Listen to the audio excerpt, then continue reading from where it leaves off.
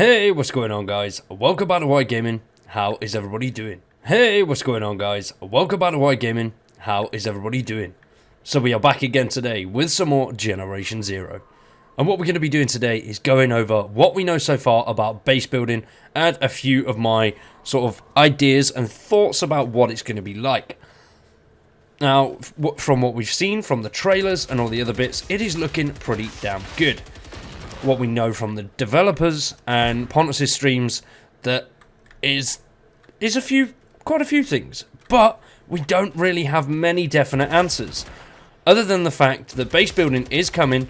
It is coming on the 27th with the resistance update, and we're going to have to build a sort of fortification style base that we're going to have to use to defend a truck or objective from enemy machines. Now, how this is going to work, don't really know. Not too sure. What we do know is it's not freeform building. We're not going to be able to build anywhere on the map. There is one set location at the moment. So think of this building more sort of like Fallout 4, where you could head over to a settlement and you could build on that location. But that was pretty much it. You couldn't build anywhere else. That's what this is going to be like. We're going to have a set location to build on. Now, resources and all that kind of stuff, I really don't know. I do not know. We've got a few images from the trailer and a few little bits from the dev blog as well that was released last week. Now, there's not really too much there that we do know. It doesn't give too much away. But I've noticed a few little bits that that I've got some thoughts on and some opinions on what it could be like. Now, overall, I don't think we're going to have all too many options off the bat. I reckon we're going to have maybe anything from, 5 to 10. I would say 15 tops buildable structures. Whether we're going to have things like lighting, spotlights, is yet to be seen. I would like to see something like that. Obviously, if we're doing fortifications and 90% of this game, for some reason, takes place at night, so it would make sense to add lighting and little bits like that. Maybe tripwires and things. But we shall see. We shall see. So, I've got a few images that we're going to break down and have a look at. Let's do it. Now, as you can see here, once again, this is the part I was on about earlier, with the truck in the center with the objects around it. Now, as you can really tell, this is obviously a flat plane here, which is going to be sort of our build area by the looks of things. Whether it will extend into these channels here and here is yet to be seen. But I think myself that we're going to have sort of like a grid, maybe, I don't know, a few 10 meters by 10 meters, let's say, just as a random guess. And then we're going to have, it's going to be in block forms, I reckon, to make things easier. It's pretty much a simplistic style of building that would really suit the game, but still add that base building element. So it would be like a block, and then each of these components here that we're going to be able to place has got, let's say, a wall is 2 by 1, or, I don't know, 4 by 2 or whatever, and then you've got the tower, which is sort of 4 by 4. Does that make sense? I know what I mean in my head. I don't know if that's coming out right, but by the looks of things, we've got several structures already. Obviously, there was one here that was destroyed, and then we've got these two big walls, by the looks of things. They could be walls, they could be gates. And then we've got the walls along here, which this one looks different to these ones here. I think, I'm not 100% sure, but I think these ones are just these, but we get a better view of them. So already, that is, 1, let's say 2, 3, 4, and then whatever was there, the block, 5 structures there already. Well, whether we're going to have more than that, I don't know. Like I said, I really want lighting. I think lighting would be really, really cool. Just big spotlights to sort of search out that only come on at night as well, which would add a really cool element to it. Or even if we could switch them. Oh my god, there's so many possibilities. The possibilities are endless. But as you can see, you've got the machines coming in, attacking them, which means that these barricades as such are going to be destroyable. As you can see here, it starts out with a nice old bit. Watch this. It's there, bang, and it's gone. So these are going to be destroyable. Shit. That's going to be heavy on our resources. Now, that is another very good point. How is that going to work?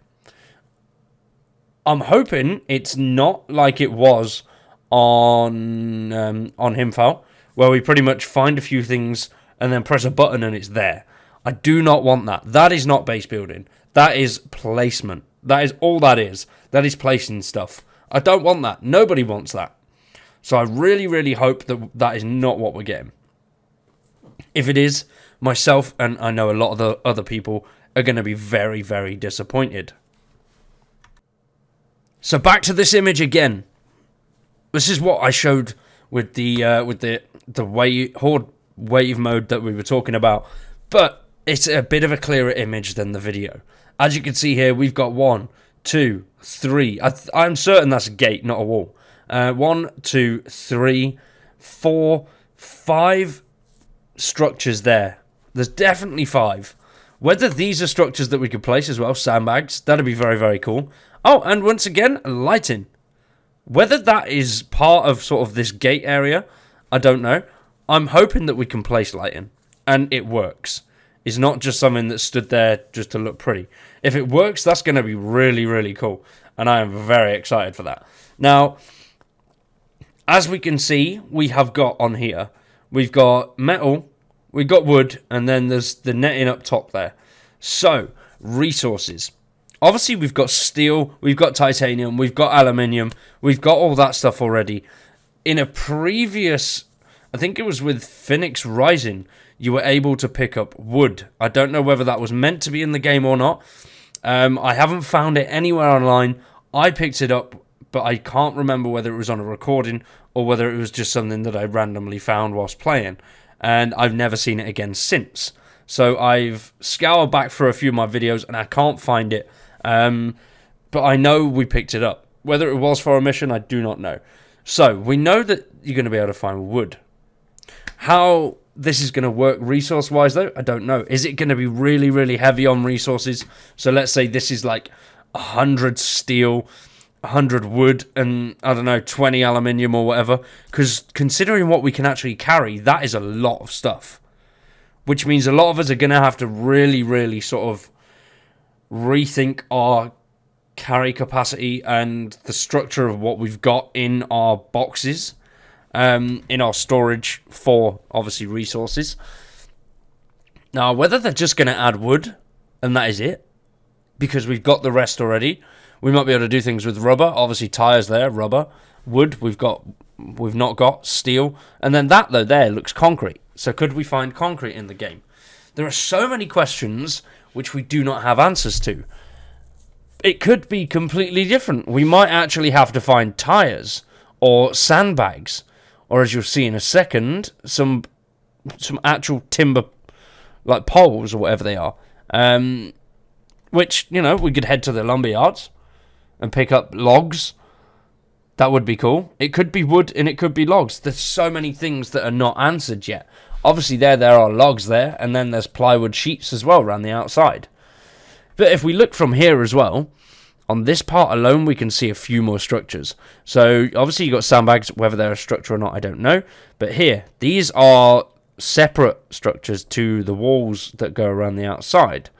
As you can see there, we've got just the random bits there. And then over on this side, you can see the actual logs and the plywood.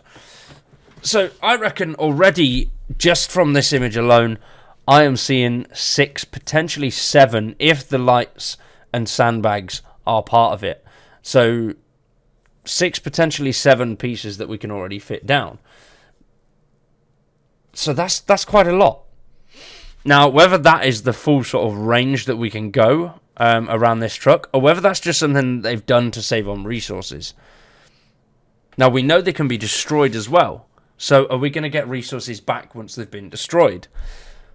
Who knows? Because obviously we all know getting resources in this game when you actually need them is a really, really difficult task.